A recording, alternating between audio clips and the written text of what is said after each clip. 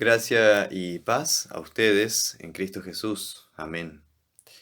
Con motivo de la publicación de la carta encíclica titulada Fratelli Tutti, en italiano Todos Hermanos, del Papa Francisco, el día 3 de octubre del 2020, es que me ha parecido bien hacer un recorrido bíblico, confesional, luterano, a través de dicha encíclica, para conocer su entramado teológico y su significado para nuestro tiempo como cristianos. El Señor bendiga su escucha y les conceda su Espíritu Santo para que los capacite y oriente en la reflexión de esta encíclica papal. Vamos a ir viendo parte por parte los capítulos de esta encíclica, comenzando por la introducción de Fratelli Tutti. Como punto número 1, el Papa Francisco, en esta encíclica, toma el ejemplo de San Francisco de Asís, en su acercamiento al sultán Malik el-Kamil, en Egipto, hace 800 años atrás, sobre su invitación a evitar toda forma de agresión o contienda. Él no hacía la guerra dialéctica imponiendo doctrinas, sino que comunicaba el amor de Dios. Fue un padre fecundo que despertó el sueño de una sociedad fraterna. Él ha motivado estas páginas. Fratelli Tutti, párrafos 3 y 4. Sin embargo, eso representa una adulteración de la verdad histórica, pues San Francisco fue al sultán con la intención clara de evangelizarlo. Así como su Señor le había encomendado, id y haced discípulos a todas las naciones, bautizándolos en el nombre del Padre, y del Hijo, y del Espíritu Santo. Mateo 28, 19. Punto número 2. Francisco dice además que en este caso me sentí especialmente estimulado por el gran imán Hamad al-Tayed, con quien me encontré en Abu Dhabi. Párrafo 5. Aquí el Papa demuestra un gran tacto político y ecuménico, una sensibilidad al mundo musulmán, pero deja de lado la ortodoxia católica y la fidelidad y sensibilidad a Cristo, su Señor. Quiere congraciarse con el mundo, no sabiendo que, al parecer, la amistad del mundo es enemistad contra Dios. Carta de Santiago, capítulo 4, versículo 4. Punto número 3. Dice Francisco, esta encíclica recoge y desarrolla grandes temas planteados en aquel documento que firmamos juntos. Párrafo 5 dice eso. En palabras del propio Papa Francisco, la encíclica Fratelli Tutti desarrolla y amplía el documento sobre la fraternidad humana por la paz mundial y la convivencia común, firmado en Abu Dhabi el 4 de febrero del 2019. Así que, por lo que vemos, la encíclica Fratelli Tutti plantea un sentido amplio de ecumenismo, en donde se traspasa el límite del cristianismo católico y ortodoxo para hacer una alianza religiosa con el Islam. Pese a las buenas y sinceras intenciones de Francisco, cruzar este límite es inadmisible. Con el apóstol San Pablo sostenemos y nos preguntamos, no os unáis en yugo desigual con los incrédulos, porque ¿qué compañerismo tiene la justicia con la injusticia? ¿Y qué comunión la luz con las tinieblas? 2 Corintios 6:14. ¿Qué comunión entre Mahoma y Jesucristo? Punto número 4. Dice además Francisco, anhelo que en esta época podamos hacer renacer entre todos un deseo mundial de hermandad, como hijos de esta misma tierra que nos cobija a todos. Párrafo 8. Aquí Francisco se explaya en un tema muy importante, algo cuyo prototipo inicial tuvo lugar en los jardines del Vaticano en octubre del 2019, hace un año. el culto a la Madre Tierra, la Pachamama. La encíclica Fratelli Tutti anticipa así al mundo católico y a toda la humanidad el deseo mundial de hermandad bajo un nuevo culto, una transferencia de la adoración a Cristo encarnado y nacido de la Virgen María hacia la adoración panteísta de la Madre Tierra. Aquí ya está manifestado en potencia el pronto cisma de la Iglesia Católica Romana. Señor, ten piedad de nosotros. Queremos estar unidos bajo Cristo, no bajo la Pachamama. Y así entramos en el capítulo primero de esta encíclica. Punto número 5. El Papa Francisco cita con justicia al Papa Benedicto XVI. La sociedad cada vez más globalizada nos hace más cercanos, pero no más hermanos. Fratelli Tutti, párrafo 12. Como ilustración de la realidad que hoy vive el mundo, como muestra de las nuevas formas de colonización cultural, párrafo 14, dice esto el Papa. De ahí que Francisco plantea lo que tal vez sea la propuesta política y social de la encíclica. Dice en el párrafo 17, necesitamos constituirnos en un nosotros que habita la casa común. Esto indica con meridiana claridad la relación intrínseca que hay entre las cartas encíclicas Laudato Si y Fratelli Tutti. Una no puede comprenderse sin la otra. Ambas son partes de una sola pieza. La propuesta macroecuménica, macroeconómica y macropolítica de una sociedad global bajo una sola bandera, la bandera de las Naciones Unidas.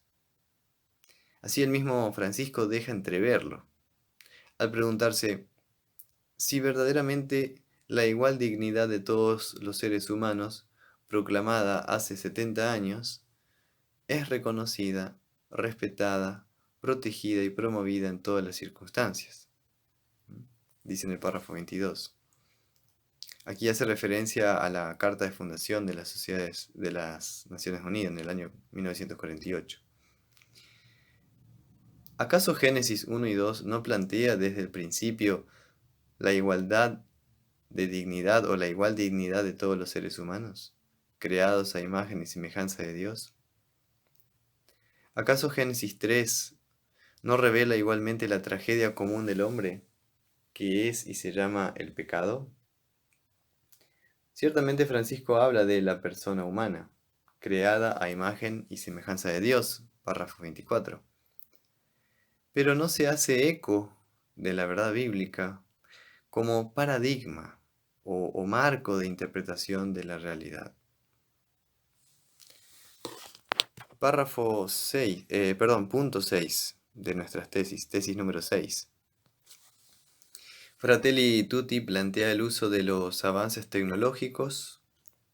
Presos de la virtualidad hemos perdido el gusto y el sabor de la realidad, dice en el párrafo 33. Las relaciones digitales tienen apariencia de sociabilidad, no construyen verdaderamente un nosotros. Párrafo 43. Ciertamente, tema acertado de tratar, pero está carente de una mirada cristológica, en la cual la encarnación del Verbo Divino sea el principio rector que nos libera del pecado de la autonomía, por la gracia de la autodonación del Hijo de Dios, que en amor nos redimió de nuestros pecados en la cruz.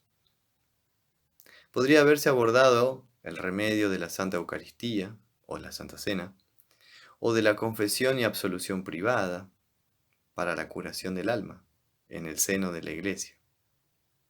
Es Cristo Jesús y su Evangelio el único que nos puede liberar de una mentalidad xenófoba y replegada sobre sí misma, citando a Francisco en el párrafo 39. Pero no hay referencia alguna a Cristo o al catecismo de la Iglesia Católica. Reluce en cambio una especie de filantropía propia de las sociedades discretas. Incluso existe, al parecer, una crítica velada a los medios católicos, en donde se suelen naturalizar la difamación y la calumnia por la fama ajena, dice Francisco en el párrafo 46. ¿Acaso es una condena de Francisco a quienes en el interior de la Iglesia defienden la doctrina católica tradicional? Y si es así, podría entreverse un inminente cisma dentro del propio catolicismo. Tesis número 7. El Papa propone buscar juntos la verdad en el diálogo, en la conversación reposada o en la discusión apasionada. Párrafo 50. Invito a la esperanza, caminemos en esperanza, dice también en el párrafo 55. Francisco, a pesar de su admirable nombre, no hace mérito de sus propias ideas y palabras, pues en contadas ocasiones no se ha reunido con fieles católicos que con ansias esperaban poder entablar una conversación franca y amable con él, como por ejemplo el cardenal Zen de Hong Kong, debido al pacto secreto que mantiene el Vaticano con el régimen comunista de China. ¿Qué decir? ¿Qué esperar? Especialmente luego de las denuncias hechas por el diácono Jorge Sonante sobre la ruta del dinero K que lleva hasta Roma. Pero, pero más todavía, ¿qué referencia hay a Cristo como la verdad? La verdad no es una idea, es una persona. La verdad no se la busca, se la recibe por la fe. La verdad tiene un fundamento, y es la Sagrada Escritura. Solo así, en base a la verdad divina de la Escritura, los cristianos caminan en esperanza. Queridos amigos, ahora sigamos con el capítulo segundo, con el análisis de este segundo capítulo de la encíclica Fratelli Tutti. Como tesis número 8 propongo lo siguiente. La encíclica Fratelli Tutti dedica un capítulo a la parábola dicha por Jesucristo, párrafo 56 dice eso, que es la parábola del buen samaritano. Como recordarán, la encontramos en el Evangelio según Lucas, capítulo 10, versículo 25 al 37.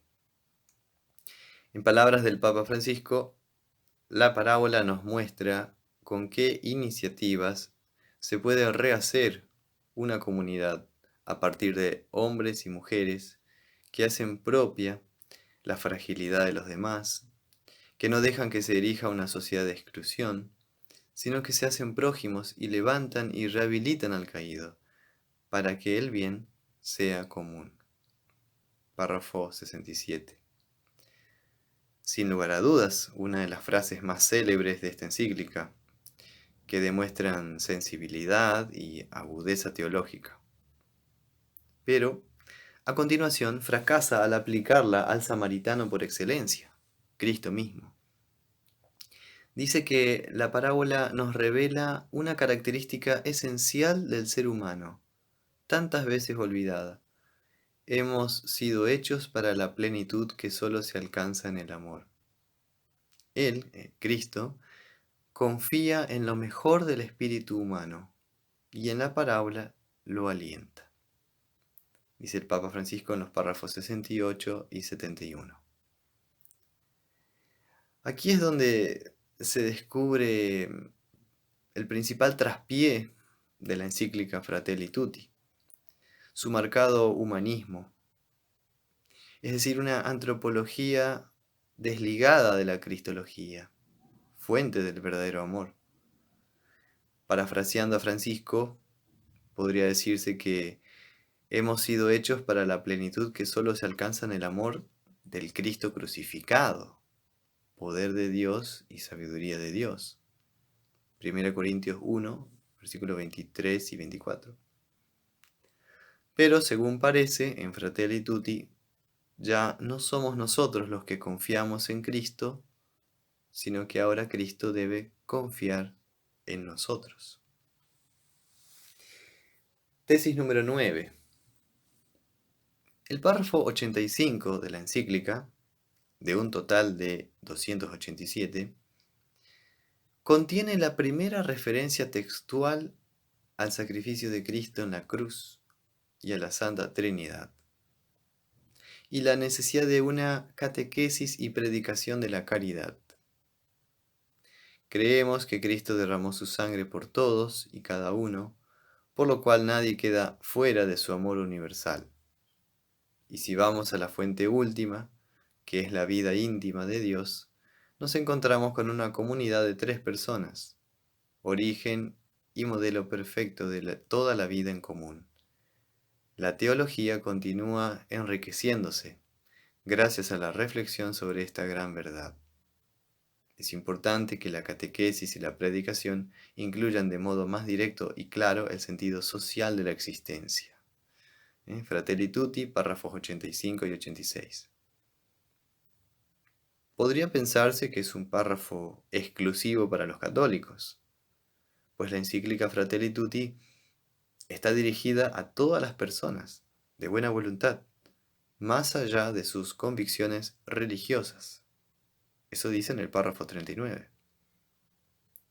Este es un enfoque poco convencional para una encíclica papal, enfoque que ha venido a ser tendencia en los últimos años.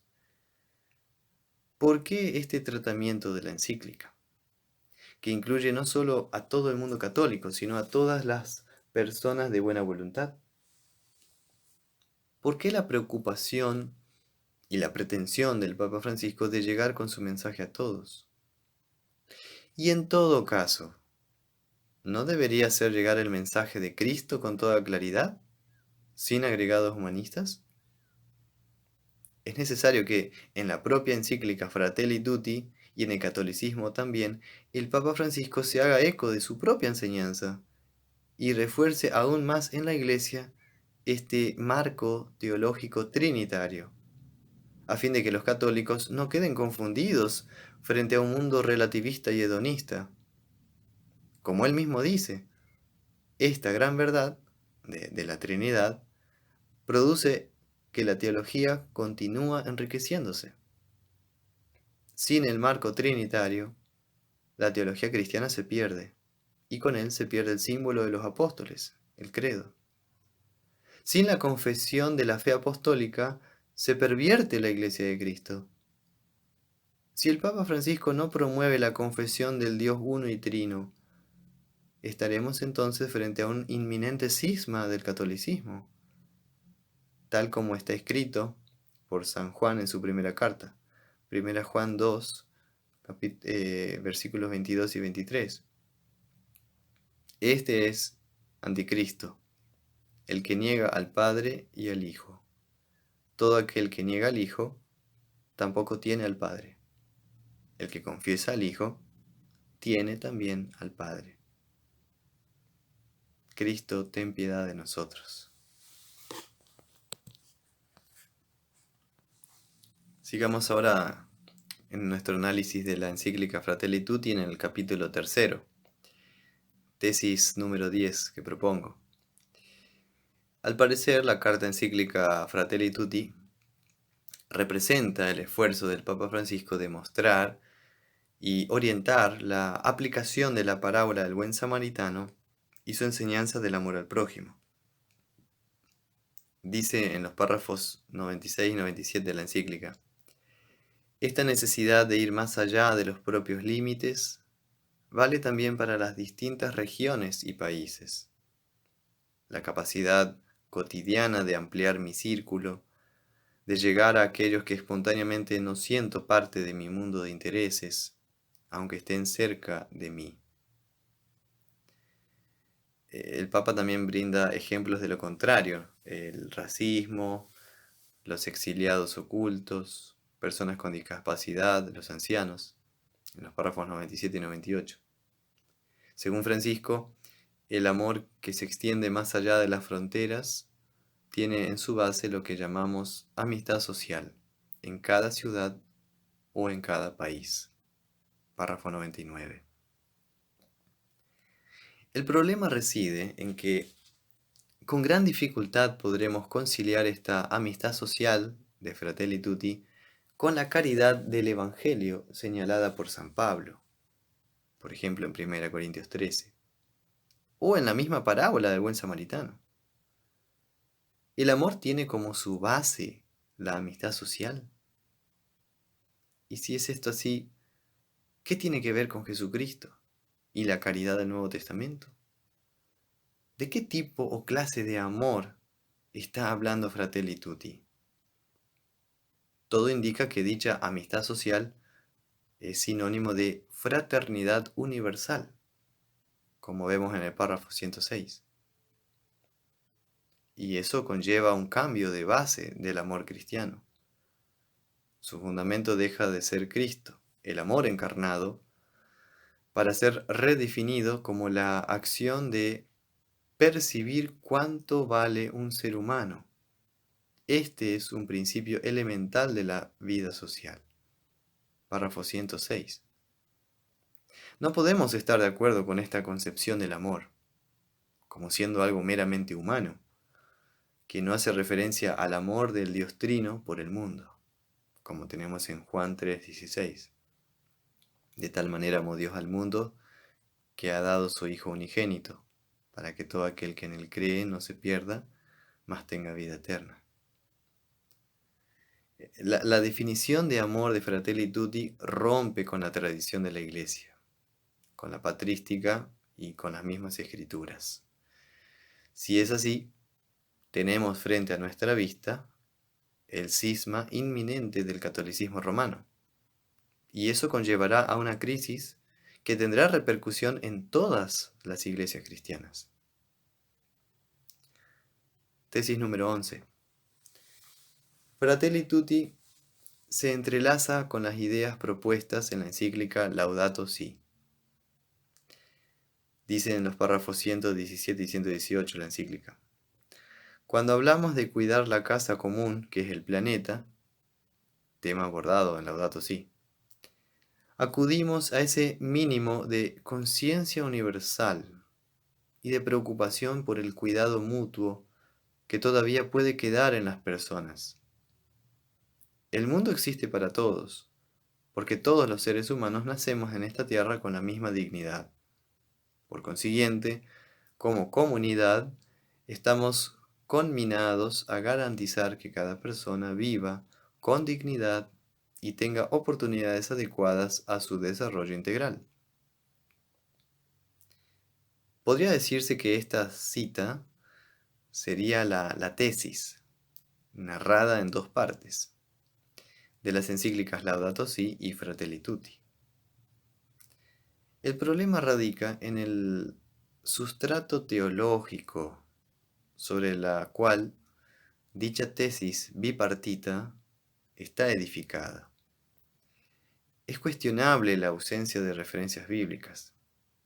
A pesar de las citas de figuras católicas de renombre, tales como Juan Crisóstomo, Gregorio Magno, Juan Pablo II y Pablo VI, en los párrafos 119 y 120.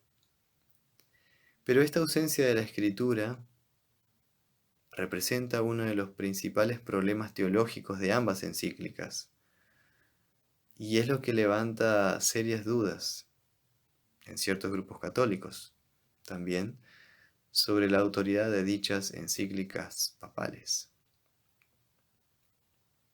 Tesis número 12. La encíclica Fratelli Tutti deja plasmado también, en palabras simples y sinceras, el pensamiento político y social del Papa Francisco. Dice de los párrafos 124 a 126: la convicción del destino común de los bienes de la tierra hoy requiere que se aplique también a los países, a sus territorios y a sus posibilidades. Los bienes de un territorio no deben ser negados a una persona necesitada, que provenga de otro lugar. Esto supone, además, otra manera de entender las relaciones y el intercambio entre países, hablamos de una nueva red en las relaciones internacionales. Para entender cabalmente la dimensión de lo que eso significa, sigue diciendo Francisco en el párrafo 127.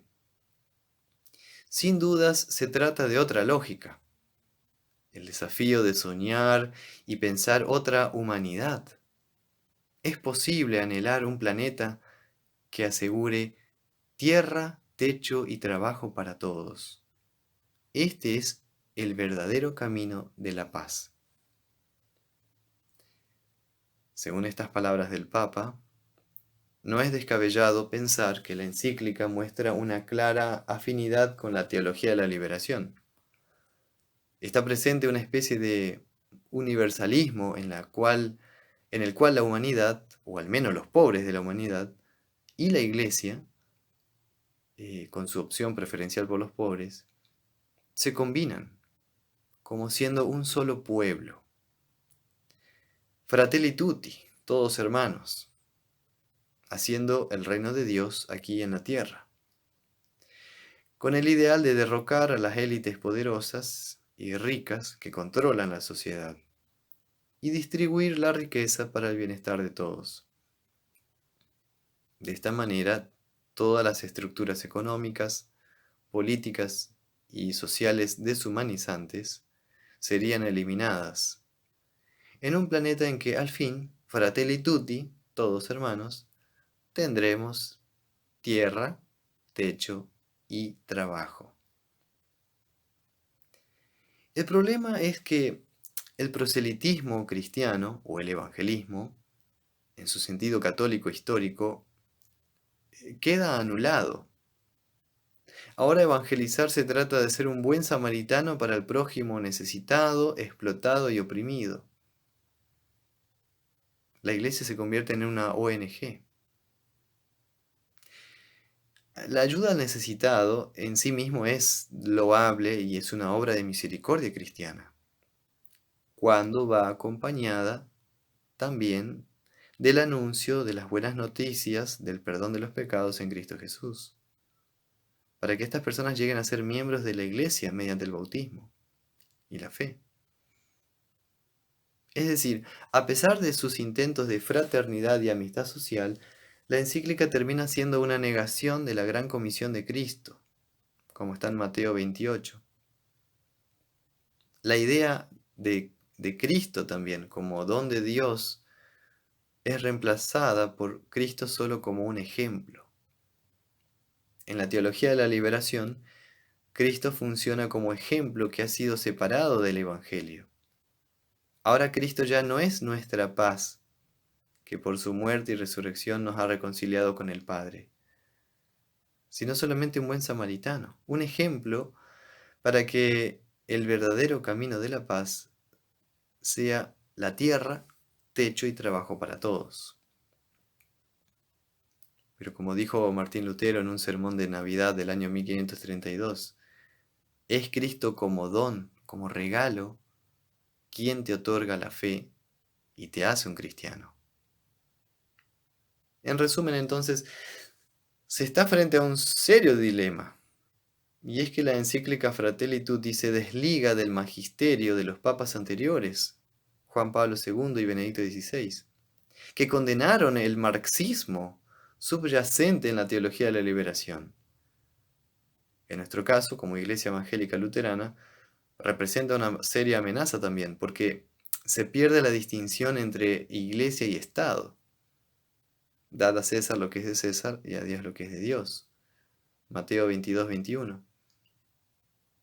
¿Acaso será por eso que el arzobispo retirado Carlo María Viganò, nuncio apostólico en Estados Unidos del año 2011 a 2016, ha venido siendo uno de los principales críticos del pontificado de Francisco? Como podemos observar, el cisma dentro de la Iglesia Católica es inminente, a no ser que ya sea una realidad en las sombras desde el año 2013, año en que asumió Francisco como Papa. ¿Será que estamos viviendo los tiempos señalados por San Juan en el Apocalipsis, en el cual aparece una bestia que tenía 2 cuernos semejantes a los de un cordero, pero hablaba como dragón? En Apocalipsis 13:11. Oh Cristo, ten piedad de nosotros. Bueno, diciendo así las cosas, entramos ahora en el análisis del capítulo 4 de la encíclica Fratelli Tutti. Y como tesis número 13, planteamos lo siguiente. La encíclica Fratelli Tutti avanza luego en el tratamiento de diversos temas. La ayuda y recepción de las personas migrantes, párrafos 129 a 135. La relación recíproca entre las culturas de Oriente y Occidente y la relación entre países en un mundo globalizado, párrafos 136 a 153. Y se critica en especial los nacionalismos cerrados, párrafo 141. Se plantea la necesidad de que un ordenamiento mundial jurídico, político y económico incremente y oriente la colaboración internacional hacia el desarrollo solidario de todos los pueblos. Esto, finalmente, beneficiará a todo el planeta. Párrafo 138. Aquí se presenta el llamado a un nuevo orden mundial, aclarando que una sana apertura nunca atenta contra la identidad, párrafo 148, de cada pueblo o nación. Es decir, propone estimular una sana relación entre el amor a la patria y la inserción cordial en la humanidad entera. Así dice en el párrafo 148. Lamentablemente, desde la caída del hombre en pecado, este ideal se convirtió en una utopía imposible de concretar. El tema del pecado del hombre vale aclarar que es prácticamente inexistente en la encíclica Fratelli Tutti. Plantea una meta imposible para el ser humano, pues falla en su comprensión que tiene del hombre. Cristo ya lo ha dicho en Marcos 7, 21 y 22. Porque de adentro, del corazón de los hombres, salen los malos pensamientos, los adulterios, las fornicaciones, los homicidios, los hurtos, las avaricias, las maldades, el engaño, la lascivia, la envidia, la maledicencia, la soberbia, la insensatez.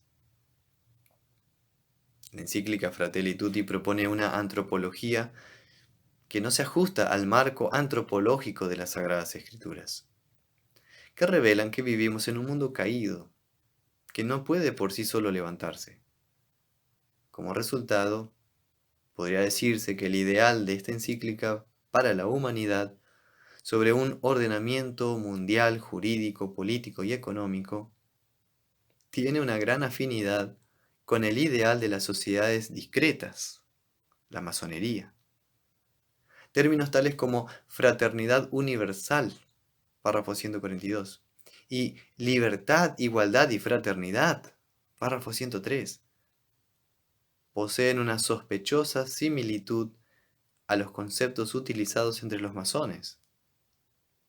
Si esto llegara a ser cierto, no sería descabellado suponer de que realmente existió un grupo de San Galo, una mafia de San Galo, que conspiró contra Benedicto XVI, para poner en su lugar a un papa funcional a los dictámenes de la masonería, tal como ciertos grupos católicos han venido denunciando.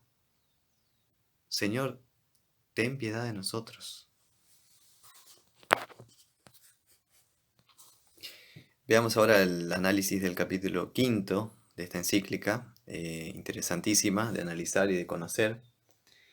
Por eso proponemos la tesis 14 de esta manera.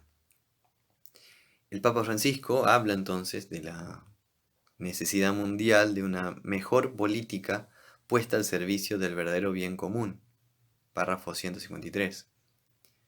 Condena, en el párrafo 159, el insano populismo, cuando se convierte en la habilidad de alguien para cautivar, en orden a instrumentalizar políticamente la cultura del pueblo, con cualquier signo ideológico, al servicio de su proyecto personal y de su perpetuación en el poder. No hay duda de ello, al contrario, es una frase excelente de la encíclica. Sin embargo, la realidad del asunto es que la presumible amistad del Papa Francisco con el régimen comunista de China o con gobiernos con un insano populismo en Latinoamérica, que son grupos populistas cerrados, como dice en el párrafo 160, hace dudar de las afirmaciones del Papa. Es más, levanta una sombra de duda sobre si el pontificado de Francisco es lo que realmente dice ser. Como sostiene el refrán, dime con quién andas y te diré quién eres. En este caso sería, dime con qué gobiernos tienes afinidad y se demostrará tu pensamiento político. Tesis número 15. Estamos de acuerdo con Francisco de que está la necesidad de un cambio en los corazones humanos. El asunto es la fragilidad humana, la tendencia constante al egoísmo humano que forma parte de aquello que la tradición cristiana llama concupiscencia, la inclinación del ser humano a encerrarse en la inmanencia de su propio yo, de sus intereses mezquinos. Esa concupiscencia no es un defecto de esta época, existió desde que el hombre es hombre y simplemente se transforma, adquiere diversas modalidades en cada siglo. Esto dice Francisco en el párrafo 166. No solo la tradición cristiana, sino que a través de toda la Sagrada Escritura encontramos el problema del pecado, a partir de Génesis 3, cuya única solución es la encarnación y redención obrada por nuestro Señor Jesucristo, como dice Dios mismo en Génesis 3:15. Si Francisco sabe de la concupiscencia del hombre, ¿por qué no abordar más en detalle este tema? ¿Por qué no presenta en su encíclica, con mayor riqueza y amplitud, la relación entre antropología cristiana y cristología? El pecado del hombre es el principal problema, y no debería ser tratado a la ligera como un simple comentario en un solo párrafo. Tesis número 16.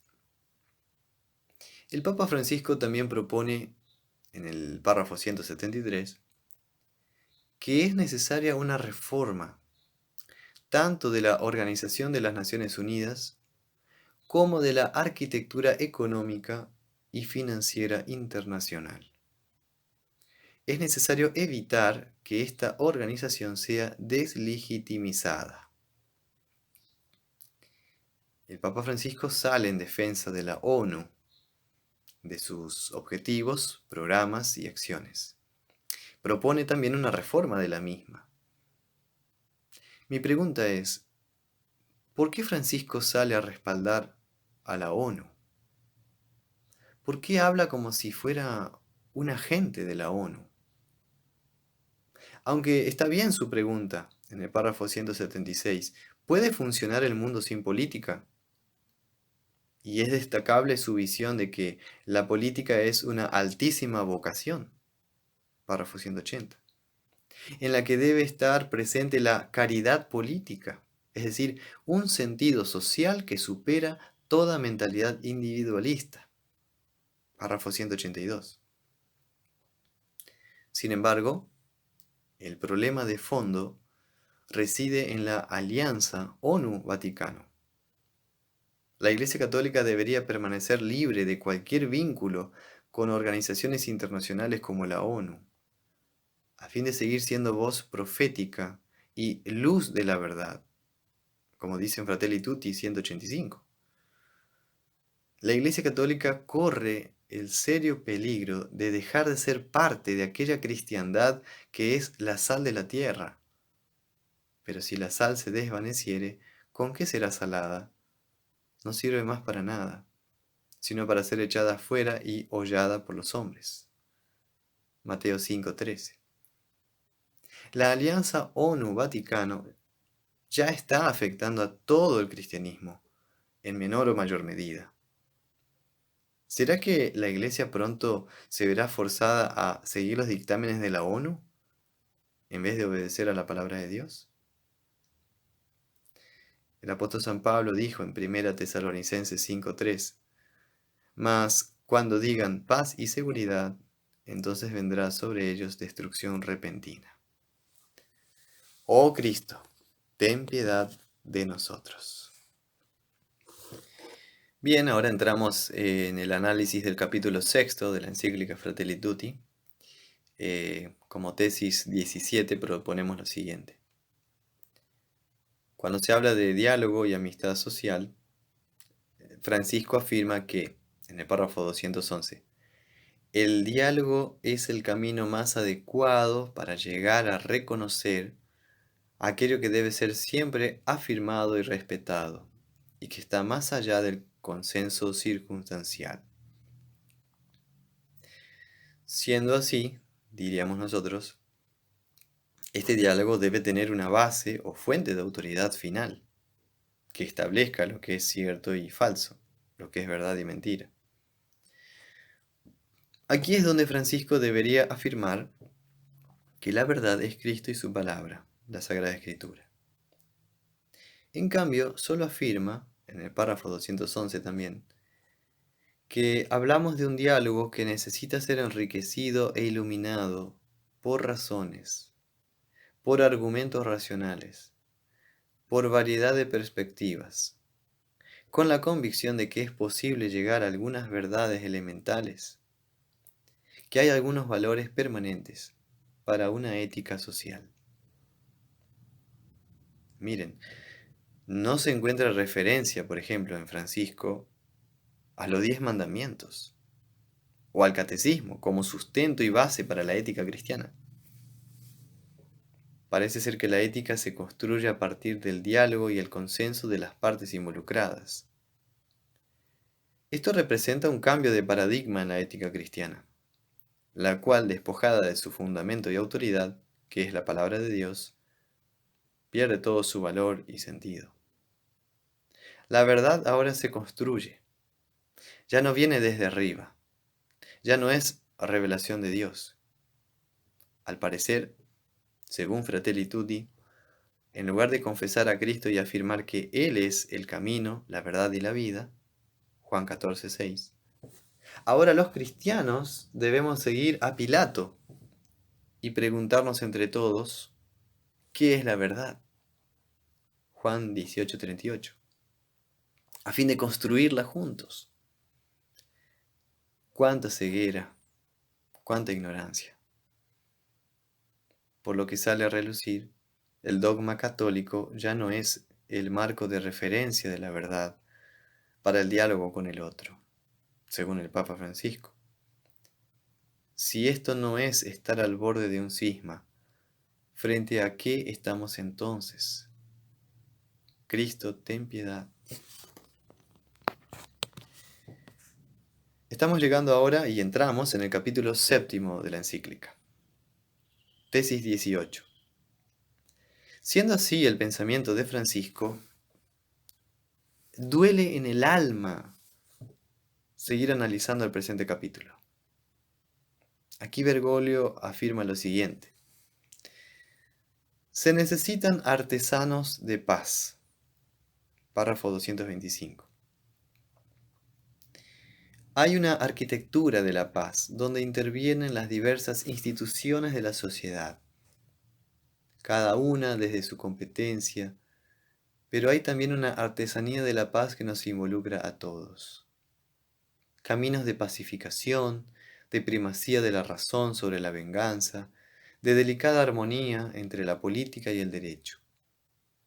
Además, siempre es rico incorporar en nuestros procesos de paz la experiencia de sectores que en muchas ocasiones han sido invisibilizados, para que sean precisamente las comunidades quienes coloreen los procesos de memoria colectiva. Cita del párrafo 231. Como vemos, la paz no proviene de Cristo y su obra redentora en la cruz, lo cual sería de esperar en una encíclica cristiana. Solamente se describe a la paz en términos humanistas y sociológicos. Como el mismo Francisco dice en el párrafo 232, la lucha para favorecer la cultura del encuentro exige colocar en el centro a la persona humana. Asusta pensar y escuchar eso de un líder religioso de la altura de Francisco, cuando la Escritura nos enseña que la fe en Cristo crucificado es nuestro lugar común de encuentro y nuestra paz. San Pablo lo dice en Efesios 2, versículo 14 al 17, porque Él es nuestra paz, que de ambos pueblos hizo uno, derribando la pared intermedia de separación, aboliendo en su carne las enemistades, la ley de los mandamientos expresados en ordenanzas, para crear en sí mismo de los dos un solo y nuevo hombre, haciendo la paz, y mediante la cruz reconciliar con Dios a ambos en un solo cuerpo, matando en ella las enemistades. Y vino y anunció las buenas nuevas de paz a vosotros que estabais lejos y a los que estaban cerca. Sin embargo, para Francisco es más importante, antes que esta sólida afirmación del Nuevo Testamento, como dice en el párrafo 257, la Carta de las Naciones Unidas, respetada y aplicada con transparencia y sinceridad, que es un punto de referencia obligatorio de justicia y un cauce de paz. Por otra parte, también es confusa la referencia a los sectores invisibilizados y que sean ellos quienes coloreen los procesos. Párrafo 231. ¿Quiénes son ellos? ¿Y qué colores tiene su bandera? ¿Acaso será una referencia velada para la integración o comunión de la Iglesia Católica con los grupos LGTB, siendo así todos hermanos, todos fratelli tutti? Eso conduciría a la Iglesia Católica a un camino sin retorno, directo al abismo. Cristo, ten piedad de nosotros. Y llegamos así al final de la encíclica en el capítulo 8. Llegamos al último capítulo de la encíclica Fratelli Tutti. Como tesis número 19 propongo, o digo, es hiriente pensar y sentir como católico y cristiano tradicional lo que vamos a ver acá en este capítulo. El Papa Francisco titula este capítulo del siguiente modo: Las religiones al servicio de la fraternidad en el mundo. Si uno se atiene a todo lo antes visto, este encabezado tiene un inconfundible aroma a masonería. Incluso podría titularse Las religiones al servicio de la masonería en el mundo. Pero démosle una oportunidad más a Francisco, porque es doloroso, hasta repugnante pensar que el Papa Francisco forme parte de una especie de lobby masón dentro del Vaticano. Y de ser así, ¿por qué tenía que ser un argentino el Judas del cristianismo? Los argentinos ya somos el hazme reír del mundo, pero todavía esto nos faltaba. Pero oigamos de su propia boca qué nos dice Francisco sobre las religiones. Llegamos a la tesis última, la tesis 20. Habiendo hablado sobre política, economía y sociedad, no podía faltar el tema de la religión. Indignante y perverso, lo que como cristiano he tenido que leer. Párrafo 274 dice: buscar a Dios con corazón sincero, siempre que no lo empañemos con nuestros intereses ideológicos o instrumentales, nos ayuda a reconocernos compañeros de camino, verdaderamente hermanos. Pregunto, ¿dónde quedó aquí el dogma católico? Se esfumó por entre los dedos. No podemos ser todos hermanos, fratelli tutti, si no estamos, mediante el santo bautismo, en el mismo camino que es Jesucristo. El sincretismo religioso de Francisco es sorprendente. Al parecer, al dogma cristiano y católico lo concibe simplemente como nuestros intereses ideológicos o instrumentales. Además, pone al mismo nivel de la Sagrada Escritura a los demás textos sagrados de otras religiones. En el párrafo 275 dice, los textos religiosos clásicos pueden ofrecer un significado para todas las épocas. Tienen una fuerza motivadora. Lo comprendemos de esta manera por el contexto, pues a continuación dice, en el párrafo 277, que la Iglesia valora la acción de Dios en las demás religiones y no rechaza nada de lo que en estas religiones, hay de santo y verdadero. En última instancia, esto representa una negación de la Biblia, como la verdad revelada de Dios. Esto ningún cristiano sincero lo puede admitir, sino al contrario, debe considerarlo como herejía y una blasfemia. A Cristo, nuestro Señor. Aunque Francisco no niega que, para nosotros, el manantial de dignidad humana y de fraternidad está en el Evangelio de Jesucristo, dice en el párrafo 277, y que este camino de fraternidad tiene también una madre llamada María, párrafo 278. Sin embargo, al igualar las religiones, da a entender que todas son caminos válidos que llevan al mismo Dios. Pero la Escritura es clara. Enseña que hay un solo Dios y un solo mediador entre Dios y los hombres, Jesucristo. Eso dice San Pablo en 1 Timoteo 2:5.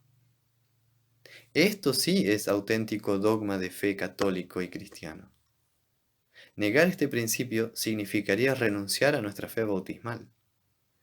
En nombre de una paz, justicia y fraternidad que hicimos juntos.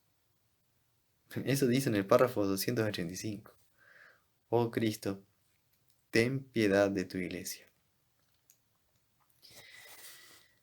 Estimados, gracias por escuchar este podcast. Les agradezco de corazón su tiempo. Traten de difundirlo. Y como conclusión, en todo caso, podemos ver esto. A partir de todo este análisis y lectura, mi humilde opinión es la siguiente. La evidencia recogida en la carta encíclica Fratelli Tutti, publicada ahora el 3 de octubre del 2020 por Francisco, hace pensar seriamente en un inminente cisma o división dentro del catolicismo romano. Si es que dicho cisma ya no está sucediendo.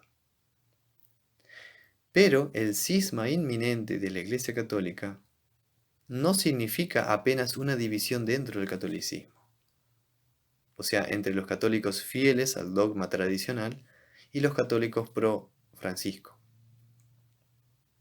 En mi humilde entender, seguramente representa algo de mayor alcance. ¿Qué significa esto? ¿Qué quiero decir con esto? Significa que probablemente veamos algo así como el último cisma de la cristiandad. El cisma que separe finalmente cristianismo auténtico, el remanente pequeño de cristianos en el mundo, representados en la mujer vestida de sol en Apocalipsis 12, y por el otro lado el cristianismo falso, también representado en Apocalipsis capítulo 17 por la ramera de Babilonia. De ser esto así, en breve estaremos asistiendo al último ataque de Satanás a la iglesia de Cristo. El Señor nos ampare, nos ayude, a fin de conservar y confesar hasta el final la verdadera fe cristiana en Dios Padre, Hijo y Espíritu Santo, para el bien de nuestras almas y también para el bien de toda la Santa Iglesia de Cristo. Un abrazo fraterno en Cristo Jesús para todos ustedes. Dios los bendiga mucho. Muchas bendiciones del Señor que guarde y proteja sus vidas y de todo mal.